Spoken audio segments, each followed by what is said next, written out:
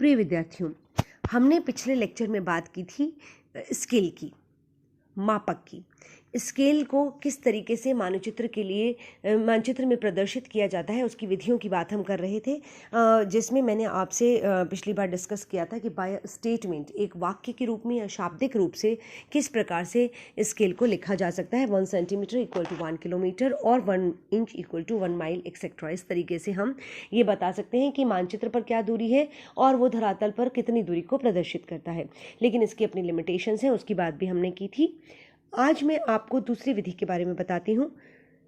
Scale प्रदर्शन की दूसरी विधि है बाय न्यूमेरिकल फ्रिक्शन। हम अंकन के माध्यम से, हम गणितीय एक्सप्रेशन के द्वारा, गणितीय अभिव्यक्ति से भी स्केल को प्रदर्शित कर सकते हैं। This method of expressing the scale is also referred to as representative fraction and is abbreviated as RF. It gives the ratio between field work, sorry ये यहाँ पर कुछ गलती हुई है, मेरे ख्याल से टाइपिंग में गलती हुई है।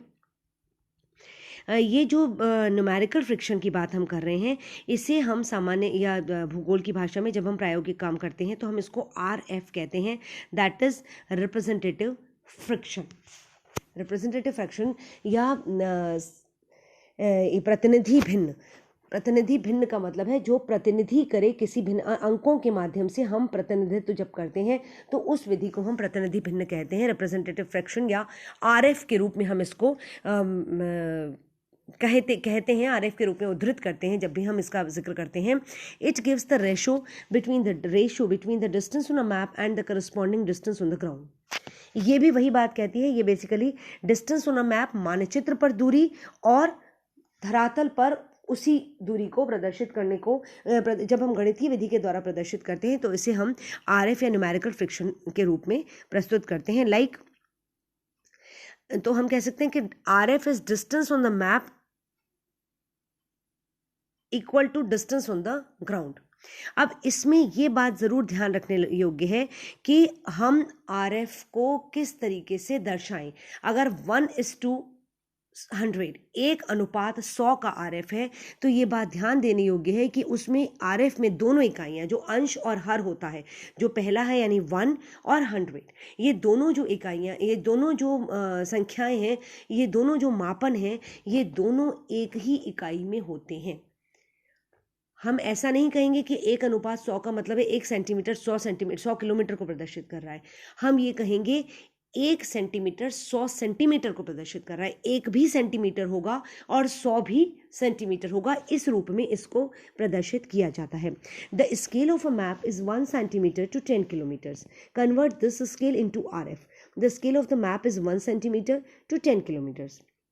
1 सेंटीमीटर अगर मानचित्र, इसका मतलब है अगर हम कहते हैं कि शाब्दिक रूप से हम कहते हैं कि 1 centimetre equal to 10 kilometres, 1 centimetre अगर 10 किलोमीटर के बराबर है तो हम उसको RF के रूप में कैसे प्रदर्शित करेंगे। तो इसका मतलब है कि 10 किलोमीटर 1 सेंटीमीटर के द्वारा प्रदर्शित होता है। तो हमें ये जानना जरूरी है 1 किलोमीटर में कितने सेंटीमीटर होते हैं। 1 किलोमीटर में 1,00,000 सेंटीमीटर होते हैं। अगर हमें 10 किलोमीटर को प्रदर्शित करना है सेंटीमीटर्स में, तो 10 किलोमीटर में कितने सेंटीमीटर होंगे? 10 × 1,00,000, तो 10 लाख हो गए। इसका मतलब है कि हमारा स्केल हुआ 1:10 लाख। 1 सेंटीमीटर बराबर 10 लाख सेंटीमीटर, क्योंकि RF में 1 सेंटीमीटर होगा तो 10 लाख भी सेंटीमीटर ही होगा। RF में दोनों जो संख्याएं हैं, अंश और हर, वो दोनों संख्याएं जो रिप्रेजेंटेटिव फ्रिक्शन की हैं, वो एक ही इकाई में होती हैं। वो सेंटीमीटर होगा तो वो भी सेंटीमीटर होगा, और वो इंच होगा तो वो भी इंच होगा। It is may be written either as 30,000 और 1:50,000. This means that 1 unit on the map represents 50,000 of the same units on the ground. Same इकाई होनी चाहिए. It should be noted that the unit of distance for the numerator and denominator must be the same. जो मैंने कहा कि अंश और हर same होना चाहिए। Hence this method of stating the scale is independent of any particular unit of measurement. एक इसका प्लस पॉइंट ये है कि किसी भी इसमें कोई इकाई नहीं लिखी जाती। जैसे स्टेटमेंट में तो हम इकाई लिखते हैं, इसमें कोई इकाई नहीं लिखी जाती है। अगर हमने 1:50,000 लिखा है तो ऐसा नहीं है कि हम उसमें सेंटीमीटर लिखेंगे या इंच लिखेंगे या किलोमीटर लिखेंगे, हम उसमें कुछ नहीं लिखेंगे। 1:50,000 इसका मतलब है कि अगर हमको सेंटीमीटर्स में गणना करनी है तो 1 सेंटीमीटर प्रदर्शित करता है 50,000 सेंटीमीटर को, और अगर हमें इंचेस में गणना करनी है तो हम कहेंगे कि 1 इंच, मानचित्र का 1 इंच की दूरी धरातल की 50,000 इंचेस की दूरी को प्रदर्शित करती है। किलोमीटर मील में हम उसको बाद में परिवर्तित करते रहेंगे। इंचेस में अगर हमने सेंटीमीटर में नापा है तो हम उसको किलोमीटर में बताते हुए और उसको टोटल किलोमीटर में प्रदर्शित कर लेंगे। इसी तरीके से हम इंचेस के साथ करेंगे। लेकिन ये सच है कि हम दोनों मापन की इकाइयाँ, मापन की 2 इकाइयाँ हैं, एक मीट्रिक प्रणाली है, एक ब्रिटिश प्रणाली है। मीट्रिक प्रणाली में प्रणाली वो है जिसमें सब में मीटर्स शब्द आते हैं, centimetre, kilometre, metre, decametre, hectometre, ये सारे जो शब्द हैं ये मीट्रिक प्रणाली में हैं। अगर इनमें हमें अध्ययन करना है तो हमें हमेशा जो RF का जो पहला अंक है 1, उसको हमें सेंटीमीटर्स में लेना होगा। मानचित्र में दूरी हमें सेंटीमीटर्स में नापनी होगी। अगर हमें मील, गज, फिट इन इकाइयों में गणना करनी है, मापन करना है, तो हम अपने जो RF की जो पहली इकाई है 1, उसको हम इंचेस में लेंगे, इंचेस में नापेंगे। इंच को हम बताएंगे कि 1 इंच बराबर इतने मील है या 1 इंच बराबर इतने फिट है। लेकिन जब हम इसको RF के रूप में प्रदर्शित करेंगे तो हम प्रदर्शित करेंगे 1 इंच बराबर इतना इंच। जैसे 1 मील में 63,360 इंच होते हैं, तो अगर RF लिखा जाए 1:63,360, इसका मतलब है मानचित्र का 1 इंच प्रदर्शित करता है धरातल की 63,360 इंच की दूरी को।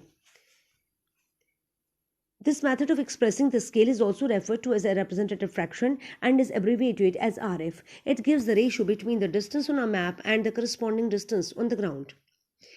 Distance on the map raised to the is to distance on the ground. The scale of a map is 1 centimeter to 10 kilometers. Convert this scale into RF. The scale of the map is 1 centimeter to 10 kilometers. That is 1 centimeter on the map represents 10 kilometers or 10 into 1 lakh. As there are 1 lakh centimeters in 1 kilometer.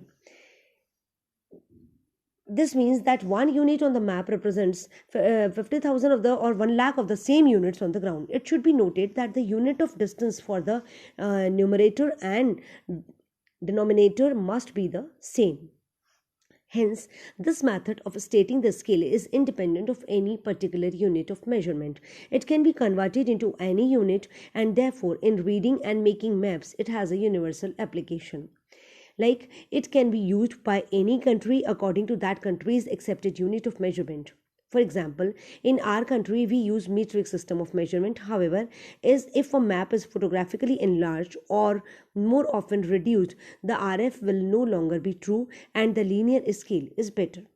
अब इसका plus point तो ये है कि internationally आप इसको किसी भी कंट्री में यूज़ कर सकते हैं। जहाँ पर मीट्रिक प्रणाली प्रचलित है वहाँ पर हम इसको सेंटीमीटर्स में नाप कर और उतने से 1 सेंटीमीटर बराबर 50,000 सेंटीमीटर या 1 सेंटीमीटर बराबर 1 लाख सेंटीमीटर करके हम इसको नाप सकते हैं। हम इसकी जो दूरी है उसका अंकन कर सकते हैं।